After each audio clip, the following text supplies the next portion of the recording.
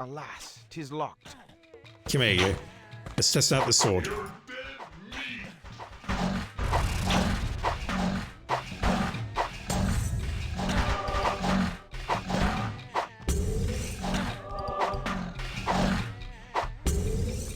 Alright, I used a shield potion there, but I took virtually no damage. Is that because of the shield that I picked up? The shield and the sword. You dropped an invisibility potion, really? You're dead meat. Okay, maybe the shield potion is still helping. Because that pikeman did manage to do some damage. Where am I going? 2 steps in and I'm already lost. Okay. That is a locked door, or it's a door. Is it locked? Alas, 'tis locked. 'Tis locked. Your door is locked. Let's follow the left-hand wall.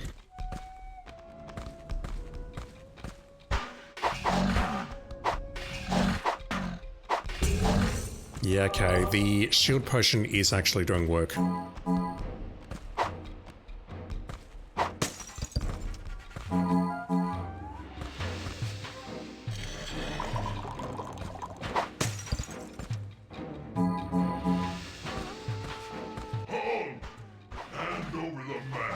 Not a chance.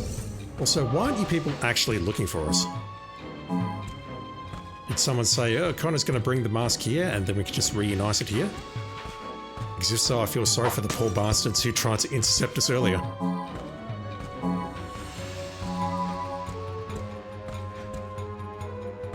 How gainest thou the light? I shall seek the answer. I'll seek to try going down here without you interrupting me. Thank you, game. You're dead meat. Sword. Jesus.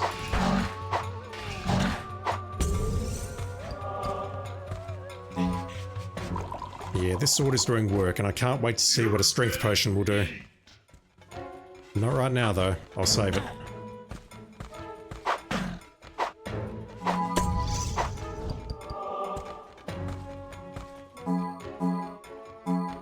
We're also leveling up at a rapid race for knots. Hand over the mask.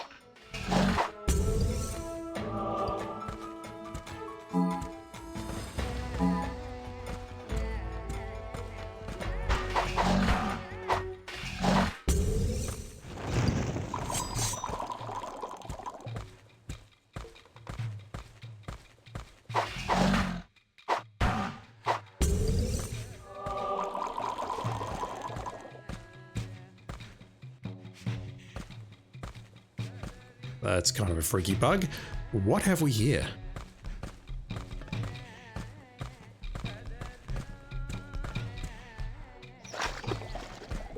Boss battle sign?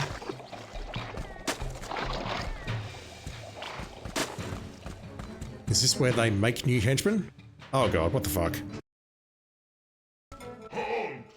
Hand over the mask.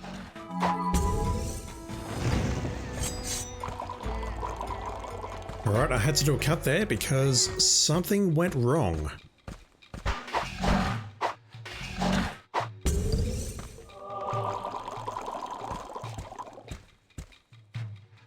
I triggered a cutscene in here and the whole screen went white, and then the game crashed.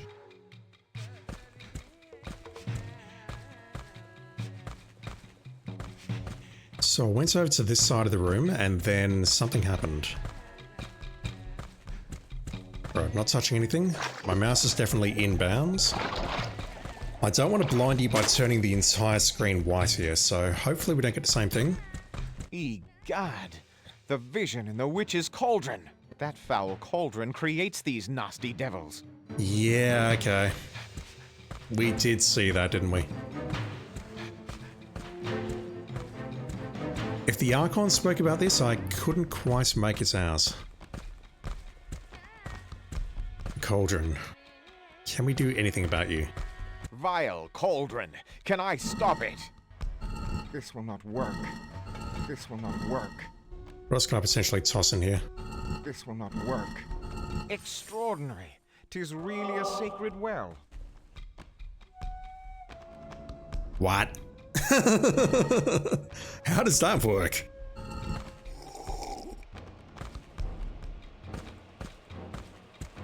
It turned from a cauldron, a black cauldron, into a sacred well, which can heal us, which would be very good because, as you can see, I've got a lack of healing items at the moment. Yeah, when I went in there the first time, the entire screen turned white as soon as that guy left the room. My normal cursor showed up, which is normally a sign that the mouse is out of bounds, and then the entire game just crashed. I haven't been anywhere else in the maze, but I was level 52 before I went into that room, so I might have killed an additional enemy or two along the way. Apart from that, I've been nowhere near. Die, cur!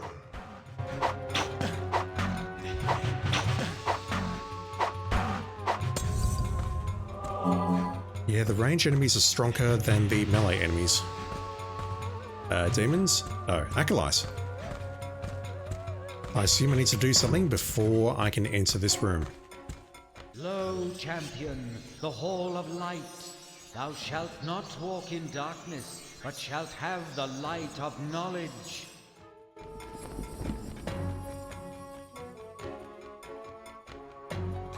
And what am I even doing here?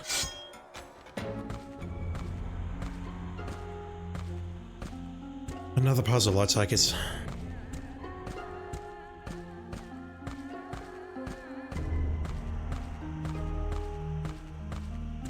I never thought I'd say this in this game, but that's kind of a cool lighting effect, given, you know, that the rest of the game is so fucking dark.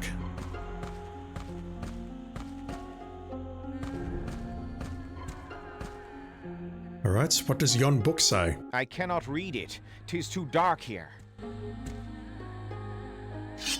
I don't suppose I can push yon altar? The key to enlightenment is knowledge. Write it down.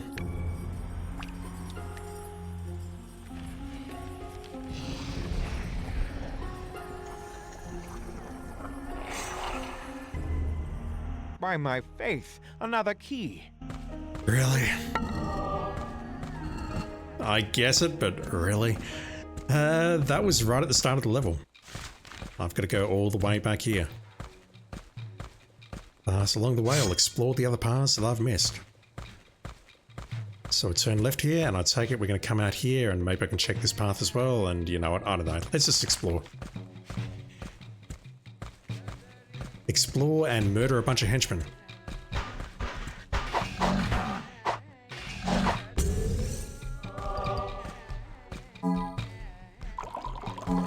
I assume at this point I can go through the next door though. The door at the northwest. And I could have maybe done the same... Hello? I could have maybe done the same with the earlier level as well, level 1. But I would have missed out on the sword and shield. No, but I needed the precept written down to go through that door. Alas, 'tis locked. Can I get through that door perhaps, later on? Find out soon. New suit of armor, we're at 80. A mind enlightened gains the light of life.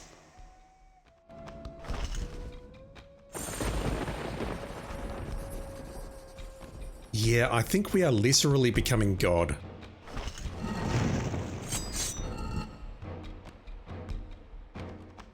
Nothing in here. That door worries me.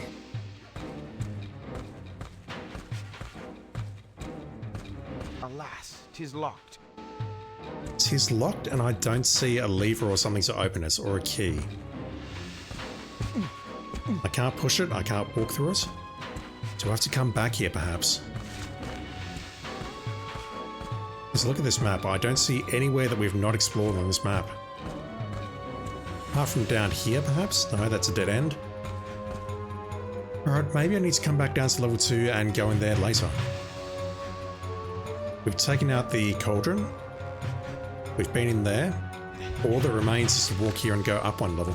How gainest thou the light? I don't remember. I'll show you my notes. A mind enlightened gains the light of life.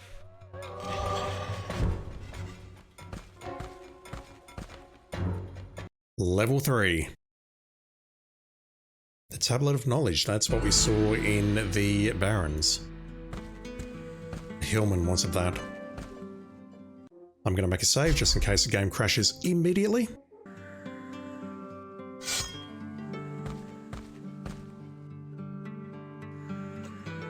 Well, the music's so much nicer up here at least. But it sounds like I can hear heavy breathing.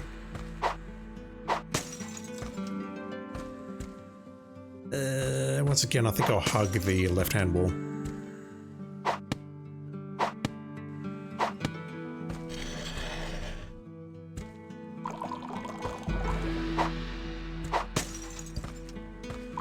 Interesting little secrets.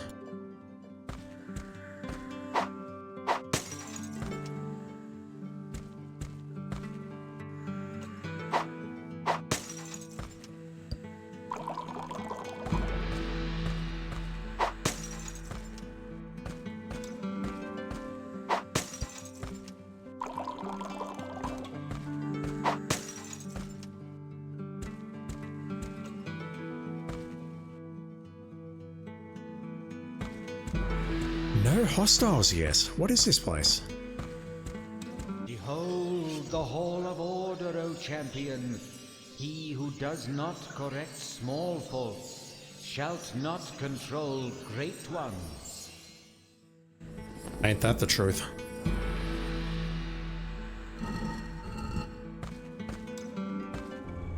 I must discern the proper order.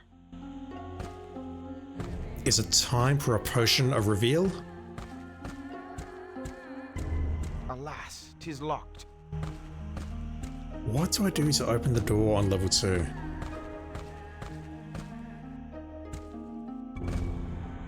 Oh god, is it one of these?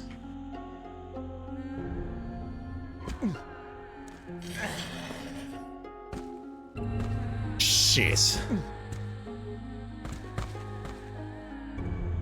Just get up there, Connor, please. Oh my god. Yeah, it's one of these. Right now, though, I can't even visualize what it should be.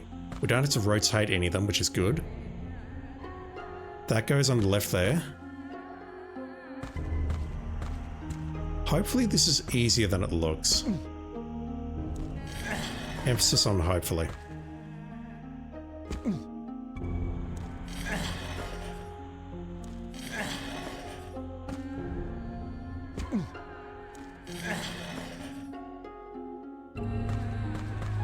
I don't know how much playable space I've got here. I do appear to have bits, so hopefully I can make many mistakes here, push things around and just figure this out over time. That goes on the top. If I need to put it into a very specific location afterwards, I'll probably be okay, but I'm worried about that. You go there. It seems like I've got a lot of space to work with, and that helps. That makes it easy, I think.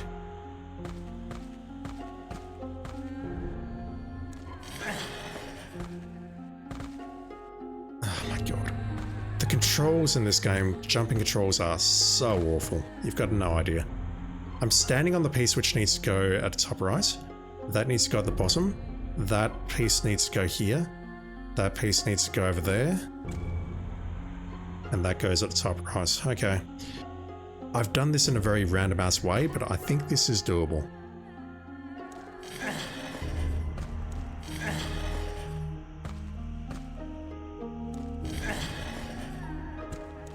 Like I'm pushing the bottom piece the opposite direction of where it needs to go right now. So I think I can work with this. Emphasis on think.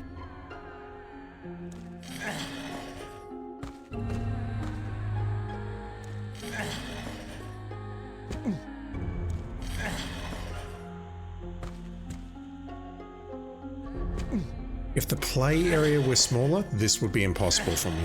I'll just say that right now. But it's a large play area, which means we can shove these things around to our consent. and we can just position it as needed. This one's not hard, it is just annoying.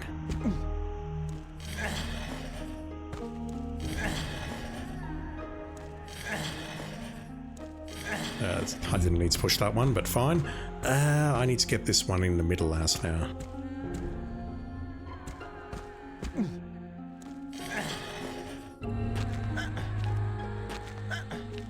Okay, I'm at the edge. That's okay.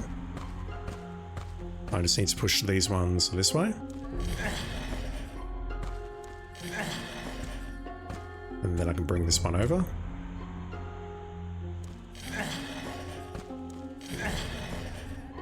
And then it might just be a case of censoring this thing in the middle here to open the door.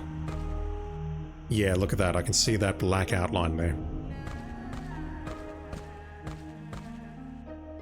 Not too hard, just annoying.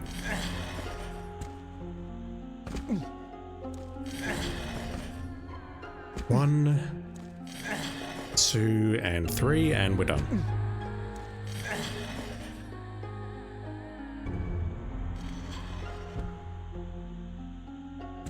The door opens, revealing another sacred altar with a key. I carry the key of order. The key of order.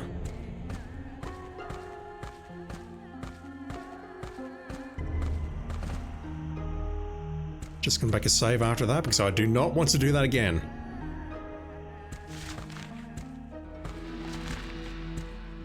Let's keep following the left-hand wall.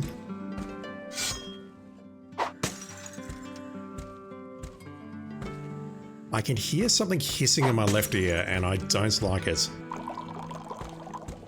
I can't tell if it's part of the music or whether there is genuinely something here stalking me.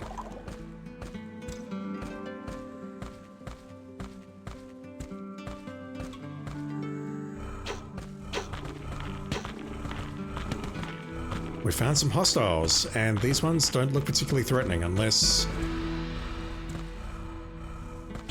they're powered up.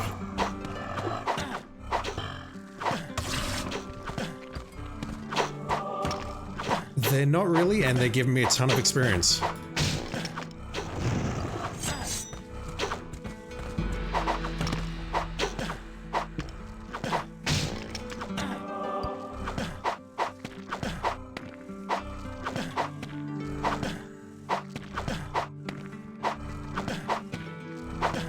Although this guy's hurting me.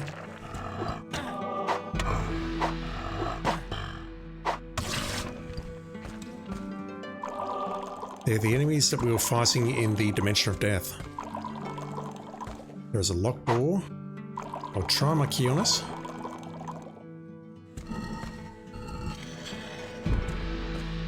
Okay, now we're just picking up the Holy Grail.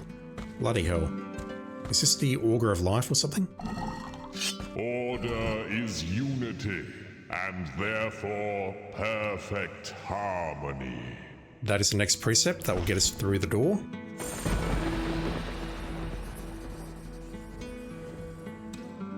And hopefully this means the next level is the last level. Unless you know the precept is double-sided.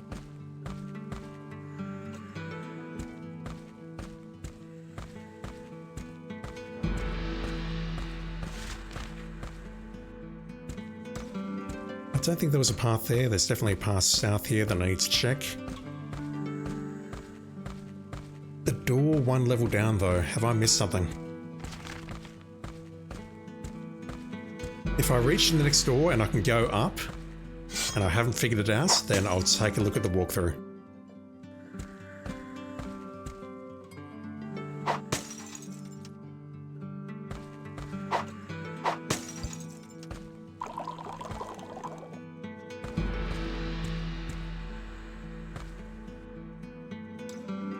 There's our door leading up, very clearly. Speak thou of order. Once again, I don't remember. Let me pull up my notes. Order is unity and therefore perfect harmony. What is this thing? I carry the chalice of order. Chalice of Order. That's going to lead me to a new zone. Let's keep looking around.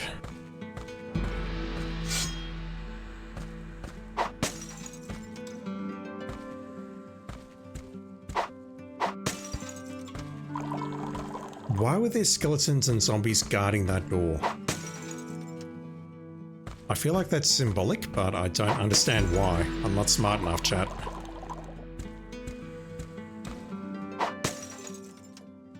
Okay, we're back here. I didn't see any more golden urns to open up any secret passages. Let me take a very quick look at the walkthrough because I want to see if I've missed something on the level downstairs or level 2. I can't tell if I'm going up or down, which maybe there's something incredible behind that locked door. I'm guessing not, but we'll see. Right, so I've got this far without seeing how many levels there are. How can I open this door without a keyhole? There must be some other way. Explore the entire level for something that looks abnormal.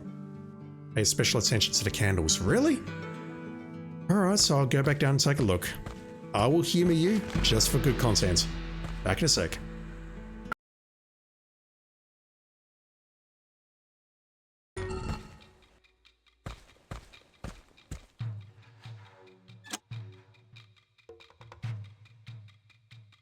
Really?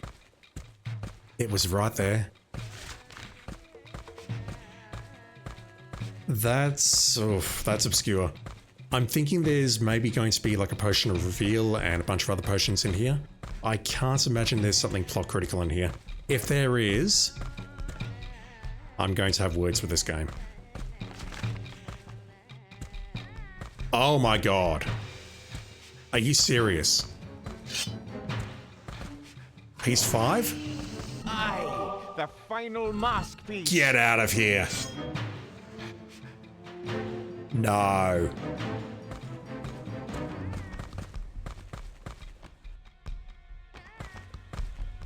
Strange. No opponent. You're dead meat. Talk to the two directly in front of you. No, that's bullshit, game.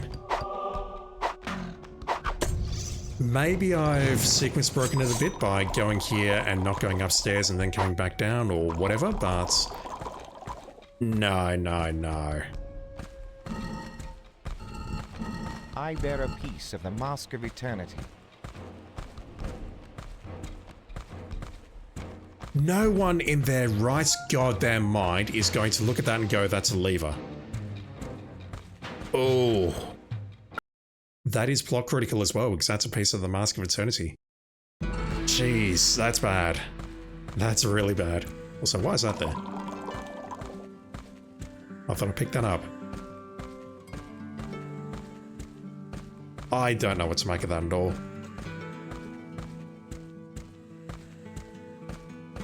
Alright, let's go to level 4. No, the Realm of the Sun Altar Room. So I assume that if I did not have the final piece of the Mask of Eternity at this point, I wouldn't be able to go in here, or I wouldn't be able to do what is required of me.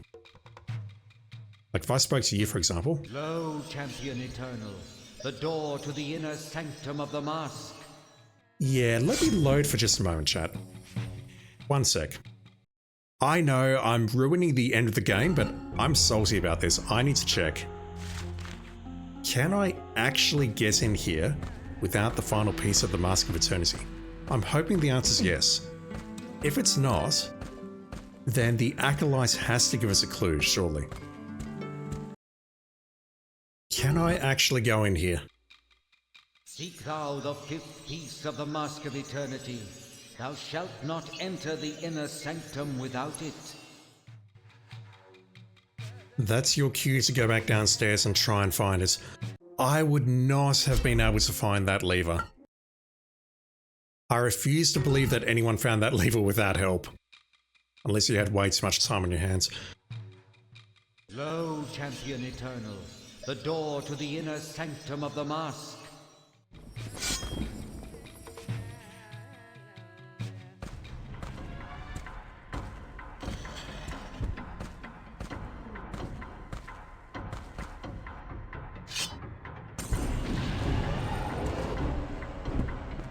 Finally we meet, mortal. I must commend thee. Thou hast proven more stalwart than I thought. 'Twill be a shame to see one such as thee die. I have no intention of dying, Lucreto.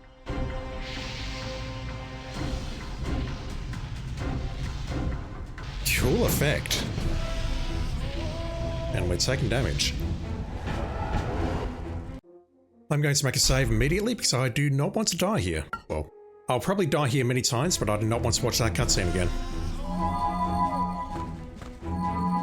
Let's have a look around.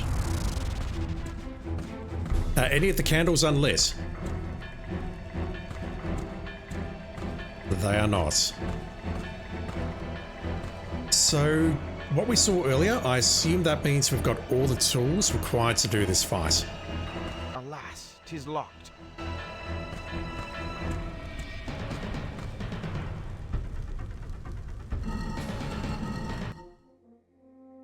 I tried to pick up the Mask of Eternity without realizing that leads into the menu.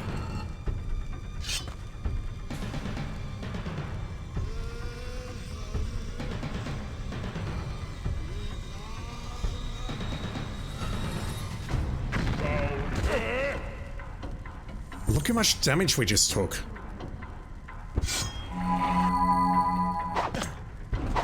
Alright, so let's do that and that. 1,365, really? So I just need to place each of the pieces here. Nothing more, nothing less. Oh, what's happened to our armor?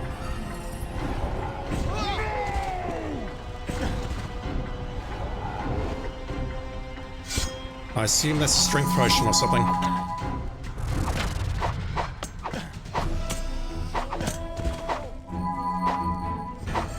Just gonna keep my healing up. Alright, that was a level up. It's really freaky. Thou shalt pay, swine.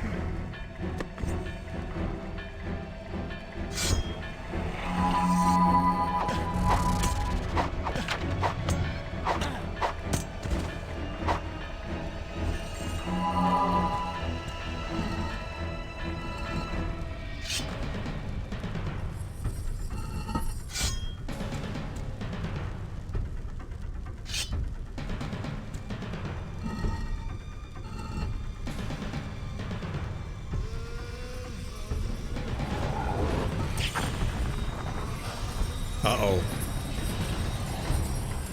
Is that good or bad? Also, it looks very low texture. Ah, the mask. It will not shield thee, puny cur. And so you think. Thou wilt not get away with this! We're not done. Do I need to push you back into the portal? Skeleton Commander style?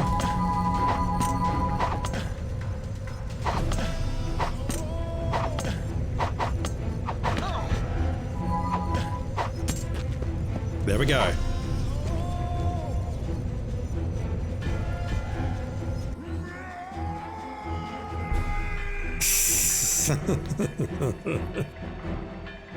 Are we done?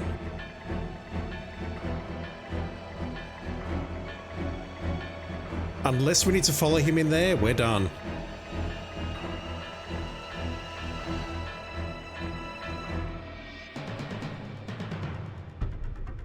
I think we're done.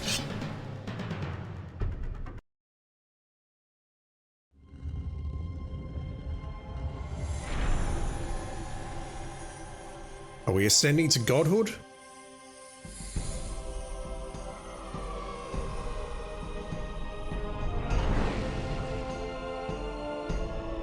And presumably that fixes everyone.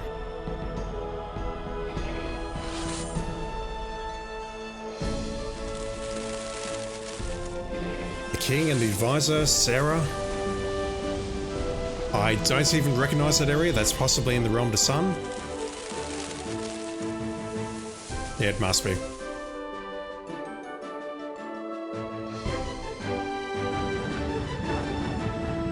The acolytes.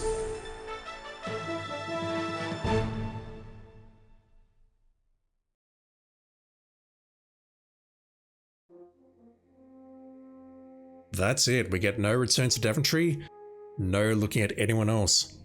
We just see that and that's it. Oh boy. I'm going to need to record my final thoughts in a separate video because I want to close off this series in style, but that was equal parts okay and rough. It got really rough towards the final recording session, the last 3 or 4 hours or so. I've got a lot of questions. Gameplay wise, I've got some questions. What was that device at the bottom of the wizard's place? Why did we pick up the chalice? What was the point of the scroll with Jupiter on it? I'm going to look that up right now because I don't want to include that in the final part of this video. Oh, we could use the page to open the celestial globe. Really? What the hell's inside there? Right, I need to go back and see what I missed.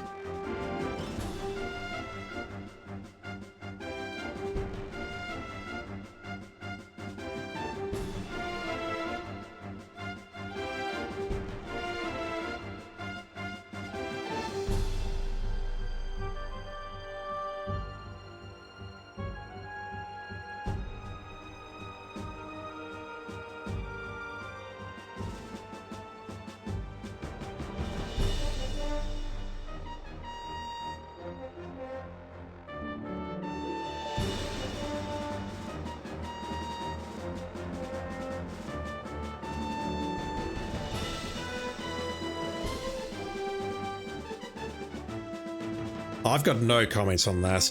I mean, we've seen plenty of other Sierra games do that, but Jesus Christ.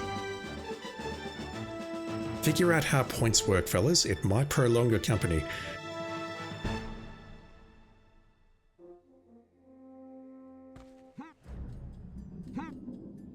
I'll just be loading random save games here because I don't want to load the final one where I'd completed the Frozen Riches. So let me go back to Daventry first. Not going that way. Let me go back to Daventry first and see what I missed in the Alchemist's house. I could use this Scroll of Revelation here to open the globe. I did look at the next hint as well. Apparently I can use the Reveal Magic Potion in here to reveal something. It says, use it in a place where magic is to be revealed. It's like, well, what even does that mean, game? Zounds! What sort of magic is this? I would not have picked that. Why would using that... You know what, I'm going to shut up. So apparently if I drink this, something else will happen.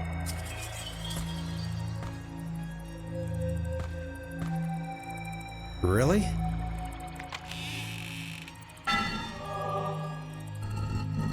I carry a large silver bell.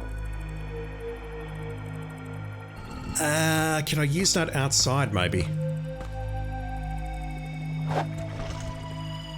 Thinking Daventry, Dimension of Death, Swamp, Underground Realm. I can't think of anywhere we would need to use that. Maybe we attach it here. That looks like a place where you'd attach a bell.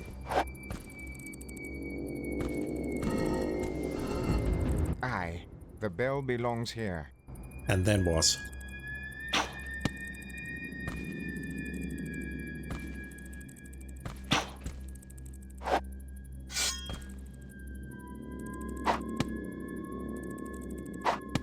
The bell is attached, but what does that accomplish?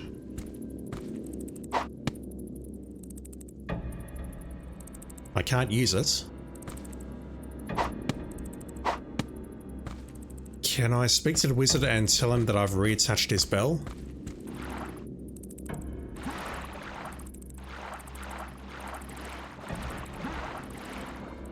That's crazy though. I was carrying around that scroll the entire time, not knowing it could be used in exactly the same room where we picked it up. Thank you for all of your help, Sir Wizard. Well then, off with you. Return when you wish to converse further. Alright, so what's the point of the bell? Taking a look. What am I supposed to do with it? It says ring the bell. I mean, I tried a couple of times to click on it. I tried a couple of times to attack it. Maybe I need an axe or something to hit it, but I'm hoping it doesn't come to that. Ring the bell. How do I ring the bell? I can't push it. And these flaming arrows aren't doing a lot to it.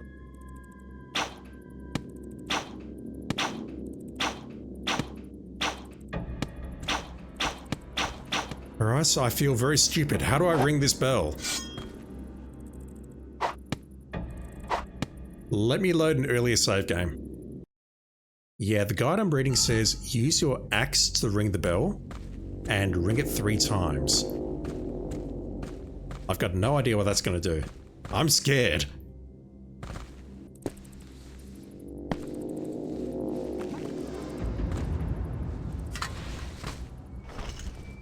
Does the axe work? Aye, the bell belongs here. Yeah, I don't know. Other melee weapons should be able to ring that bell.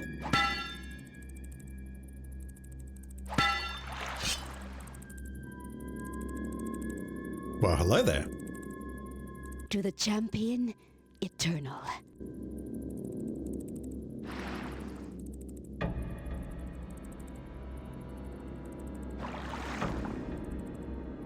'Twas the Lady of the Lake. Assuredly, my quest will now be successful. I carry a sword of the lake. Interesting. But look at that, it's really not much of a DPS boost over what we were carrying, and we're going to get swords and maces in the next dimension. That's kind of cool, but ultimately it's not something that we needed. So the last question that I've got, what the hell did we need to do with this crystal? The unicorn gave this to us. What is it for? Looking it up right now. Alright, so it's saying basically that this had a recorded message on it, which we heard from Hexa, and this one also potentially has a recorded message on it, which we might be able to listen to using the same device. So let me go back to the realm of the gnomes here.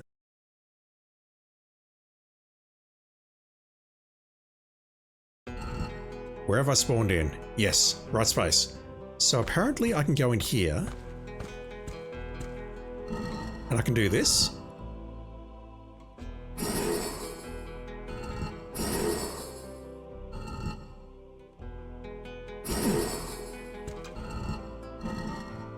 This will not work. This will not work. This will not work. That does something. But I'm not sure how to listen to it now. There we go. I hear thy thoughts, Uriel. Thou thinkest thy champion eternal will come and save thee from my thrall. He shall not ever make it past my children of darkness, and thy precious mask, it shall not help thee. Its power is now mine, forever!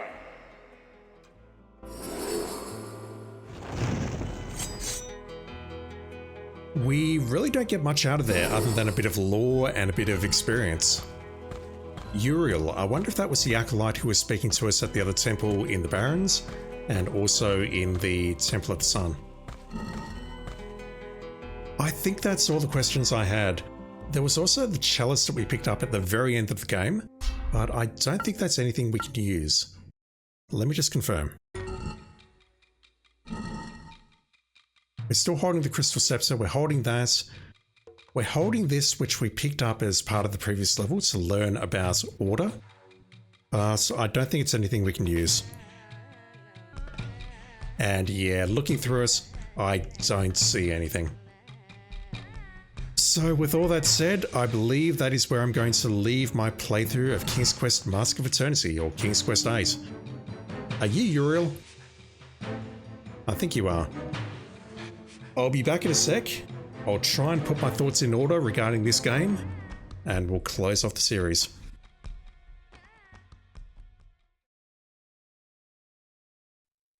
So, after 4 months, finally, we're at the end of this series.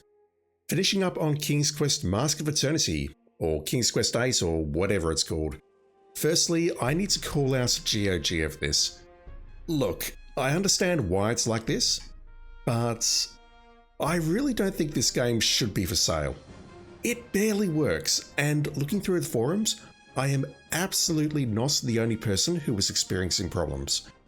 I'm not sure how long I spent initially just getting this game up and running, but throughout this playthrough, you would have seen some of the issues I was having, some of the game crashes, some of the other weird behaviour. Not all of it, because I cut some of it out, but look, it's fine if an old game runs badly. The first video showed that very clearly with its frame rate. For old games, that's basically kind of expected behaviour. That's fine, really. But when the game actually doesn't run, and you are relying on community mods to just get it to work, no. I'm happy that I got the opportunity to play this, but honestly, if you're putting it on sale, it should be a lot more playable than this. And look, I understand why. It's because that otherwise it wouldn't be for sale at all. But I don't know, man. Maybe this either needs to be free, or maybe a lot of work needs to go into making it playable, because right now, it's just not there. Alright, that rant's over. This game. This one is a really tough one, and I'll preface this by saying, please check out the video description below. There is a link to a Vice article from 2020 which basically describes what happened to Sierra in the mid-90s. And it's not happy reading. If you're in a good mood today, please don't read it. Read it some other time. I'm bringing this article up because Mask of Eternity's development is mentioned in there, along with comments from Roberta and Ken Williams. And it's very clear that despite Roberta's name being all over this, she was not really happy with it. She was busy working on Phantasmagoria before working on King's Quest 8. Just quietly, that's another game I played as a kid, and I'm Australian, so you can't tell anyone about that. But I didn't really like it either. Maybe I'll talk about it some other time. Anyway, when she joined the project and saw what the dev team had been building for the first time, her response was something along the lines of, what the actual hell are you people doing to my baby? She wasn't happy. She wasn't happy with them creating an RPG instead of an adventure game. And I really do think that everything I'm about to say does need to take that into account. This game is an absolutely dreadful King's Quest game, no question. It is just so dull and drab the entire way through. In particular, the first few levels are basically wandering around in darkness with an absolutely atrocious draw distance. Daventry's music is very droll, it runs awfully, we're playing as a character whom we've never heard of before, we have virtually no NPCs to speak to other than a stone wizard, a ghost and a pitiful beast, and it's just all very dull compared to any of the previous games, which by contrast are bursting with colour and brightness. Movement feels horrible and slow, and combat? Yeah. It never got more sophisticated than click, click, click, click, click, click, click, click, click, and it's awful. And yet, despite all that, I mentioned towards the end of video 2 that I was having a good time. And that was entirely true. This obviously is incredibly different from the previous games, and yet when it comes to first-person RPGs from that era, I feel like I've played much worse. It's very basic, but once some of the puzzle solutions started dropping, you get the hook and rope, you start finding new areas to explore, I felt like I was having a good time. And that really didn't last throughout the entire playthrough, unfortunately. In particular, at no point did I feel like we were on any kind of epic quest to save the world. We just went through this game, region by region, level by level, trying to find the next triggers and trying to find the items for certain side quests. Some of the puzzles were kind of fun and creative, and I'm happy that I figured some of them out. In particular, that one in the Dimension of Death involving the skulls, but others weren't as great and they felt more frustrating than anything else. And the game ends on such a dull note. We're going to the Realm of the Sun, a celestial place, it should be incredible. It should be amazing. And it's just a maze-like dungeon. Feels bad, man. For what it's worth, I don't think this game is a complete loss. I definitely did have some fun while I was playing it, mostly in the exploration and trying to solve puzzles departments. I think some of the VO, Connor in particular, is half decent. And although it was very loud in certain parts, and that's entirely my fault because I could have done something about it in post or by changing the settings, I think some of the music was okay. Again, if you go back to Daventry and have a listen to it, it's really bad, it's not good. But once you get out of that region, it was very... what's the word? Present? I'm not sure. It wasn't dynamic music with respect to combat, but the tunes did change as you moved around levels, and I did kind of like that. I did also like the way it kicked in dramatically at times. So, yeah. Apart from that, I can't really recommend this. It is a very bad King's Quest game, and it's an average RPG. Even though I've played much worse, you can find better elsewhere for sure. And yet, just bear in mind the conditions under which it was developed. Have a read of the article if you got time and if you got the stomach for it. I think it's kind of a miracle that this game turned out somewhat average. I will say that going into this game, I was expecting the absolute worst. I was expecting to hate it outright based on what little I'd seen. It was a blind playthrough. I tried to stay blind, but I'd seen things and I was expecting to hate it. And I don't. At worst, I think it's average. Not good, maybe not even okay, just average. 2 more things before we wrap this up. Firstly, I've read in some places that the critical and fan reception to this game was so bad at the time that it basically killed the franchise. I wasn't paying any attention in the late 90s, so maybe everything I'm about to say is completely wrong, but I don't know if I subscribe to that theory. Again, have a look at the article below. I have a feeling that unless this game sold out the absolute wazoo, I don't think King's Quest IX would have been greenlit. Whether that was another RPG in the same vein as this one, or more of a traditional adventure game, which is what Roberta wanted. We'll never know. But to me, it really seemed like Sierra was in no position to develop King's Quest IX, no matter what happened. And I think just like Space Quest, Police Quest, it's sad where this series ended. I feel like this one in particular deserved better, and I'd say more than a few of the devs would agree with that.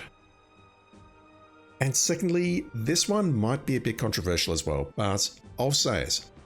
I really do not think it was the wrong decision to pursue a shift to 3D. It's something that, again, Roberta says in the article, she specifically mentions wanting to explore a game from a 3-dimensional perspective. And Sierra weren't the only company to do that. There was of course that other game that came out in 1998 from LucasArts, which it got a better critical reception. And it was also an adventure game instead of an RPG. So naturally it did better. It also bombed and arguably took the entire genre with it. Getting sidetracked. I think we've got to remember this game came out in the late 90s where you wanted to buy these fancy 3DFX glide games to see your Voodoo 2 card push out some absolutely smooth textures. It wouldn't be another decade or so until Microsoft really got their shit together and 3DFX was sidelined. Anyway, I really don't think it was a mistake to try something new like this. I've always been a proponent of companies being able to do new things. I don't think this was a mistake. Turning it into an RPG though? Yeah, that's where it gets fuzzier. I really wish we could have seen something directly from Roberta's vision instead of what we got, but yeah. That is where I'll leave King's Quest days. It's sort of an okay game, it's very dull, it's a very bad King's Quest game, that's all. And this is where I am ending the series. I said right at the start that I did not want to revisit the Odd Gentleman game from 2015, and I still don't, because quite frankly, I've played 2 mediocre games in a row and I don't want to play a third. Again, that game is okay-ish. The episodes are much more traditional adventure games, but some of them do some experimental things which I really didn't like, and their tone is way too close to King's Quest VII for my liking. So I'm passing on it for now. If I get really bored in the future, I might play it, but please don't count on it. Thoughts on this series as a whole? Let's just exclude 7 and 8 from this discussion.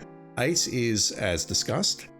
And looking back at 7, I think the biggest problem I had with that game was the tone. This series just is not a Disney-esque comedy series, and I'd rather just not think about 7 to be blunt. Anyway, when I started recording this series, I was incredibly worried that based on what I'd played of the VGA remake of King's Quest I and my childhood memories of King's Quest III, that when starting out the series playing those EGA games, I wasn't going to have a good time. I would play these games and I would either not enjoy them or get stuck instantly and need to look for help. And it wouldn't make for terribly entertaining content, in my opinion. This is the oldest series from Sierra, and I figured that being the first cab off the rank, it would do certain things. And then the other series like Larry or Space Quest or Police Quest, those series would iterate on lessons learned from King's Quest to make those other games better. I was expecting King's Quest to be the weakest in the series, and when I started the recordings in late August, I was terrified. I was scared. I'm so happy to say that none of that is true. The EGA games in particular, which were basically blind playthroughs, those games don't just hold up shockingly well, they are excellent games in their own right. Yeah, they're re-releases. King's Quest I, for example, was released in 1984, and the version that I played is from 1987, and that's the case for the other games as well. But the core gameplay never changed. These games are up to 30 years old now, and I think they still hold up incredibly well, and they are worth playing, and that's actually incredible. And I'll just put the call out there right now. If you've liked anything that I've put up and you think that these games look interesting and you haven't played them, please check them out if you can. They're available for sale on GOG. I would recommend staying as far away as you can from King's Quest VIII because that barely works. And also shout out to the AGD Interactive games as well.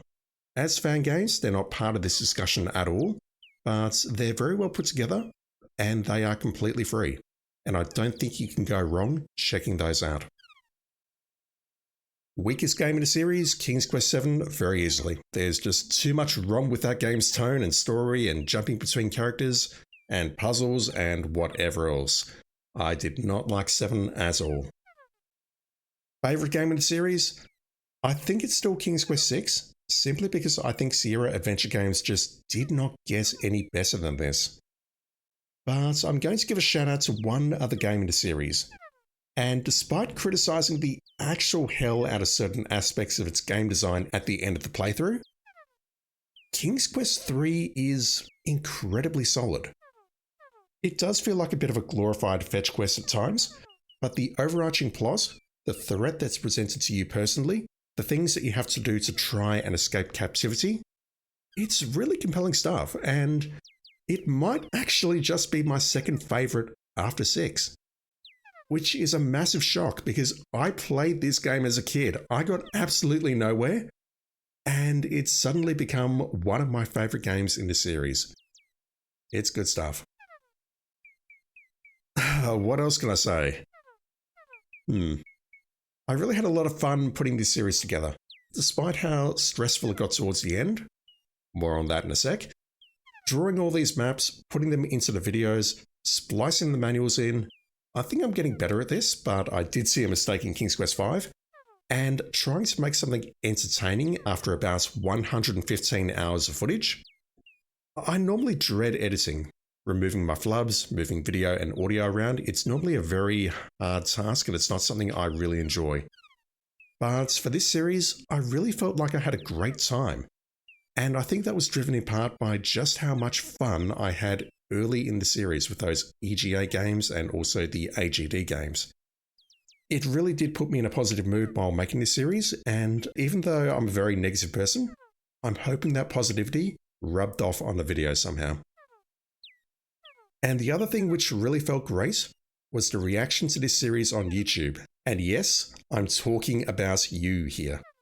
I can see that YouTube really pushed certain videos hard, in particular during the King's Quest III playthrough, and also some of the videos for 5, 6, and 7. And the reaction to this series in terms of views, watch hours, your subscribers, your likes, your comments, please know that I've seen them all, and I want to make clear just how grateful I am for all of that. This is a very small channel, and I'm okay with that. The response to this series, though, has easily been the biggest outside of the Hitman Freelancer series. So to you who's watching this right now, or if you're not watching this but you watched some of the previous videos, I just want to say a massive thank you. It honestly feels great to put a lot of effort into something like this and getting some reward for it, no matter how small it is. So thank you for watching. I sincerely appreciate it. Right, so having said all that, I need to end this video on a bit of a downer. Speaking of YouTube, I have definitely seen that YouTube likes it when I'm not posting 2 or 3 series simultaneously at once, that basically there's better odds of videos being pushed to the mysterious algorithm. What I'll do in the past is regularly cycle between Hitman, an old PC series, and something a bit more recent, like on PlayStation 4 or 5. I think moving forward, I'm going to need to reduce these cycles to just Hitman and something else.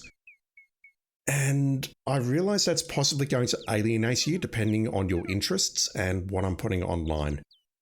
I hope that's okay. I hope you stick around, but please know that it's going to be some time before I get back to the adventure game genre.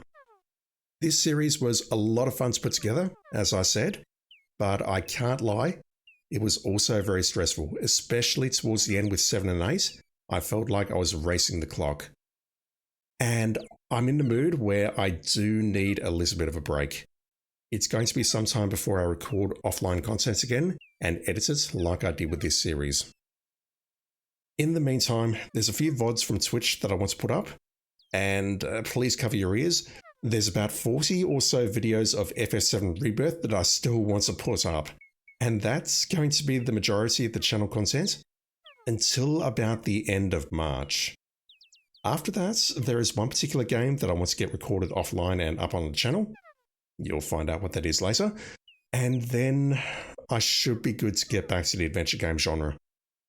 I'll spoil it right now and say it's probably going to be a full series playthrough of Gabriel Knight, and it'll go up maybe starting in mid-April, which is a long way away, I know. I will get there at some point, I promise. I do feel like I've had a very productive year though. I finished up the Police Quest series, played Mystery of the Druids, let's not talk about that one, and also played through the entirety of the Journeyman Project series, which is another series that I really enjoyed. And even though this is going live on the 5th of January, my time, I'm finishing recording this on Christmas Eve. So yeah, I got a lot done this year, and I'm very happy about that. But I feel like now's the right time to take some time off, get some editing done on FF7, and we'll get back to this in a few months' time.